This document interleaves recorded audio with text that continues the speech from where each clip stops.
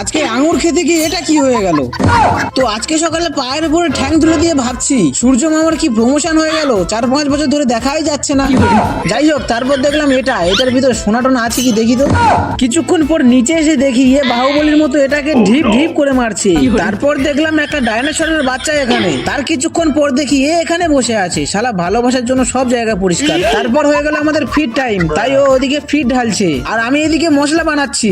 প্রথমে দিলাম জিরে গুঁড়ো, তারপর দিলাম হলুদ গুঁড়ো, তারপর লবণ, তারপর মিট মশলা, আর লাস্টে দিয়ে দিলাম নারকেল তেল, না সরষের তেল। আর জল দেওয়ার পরে দেখো কেমন লাগছে।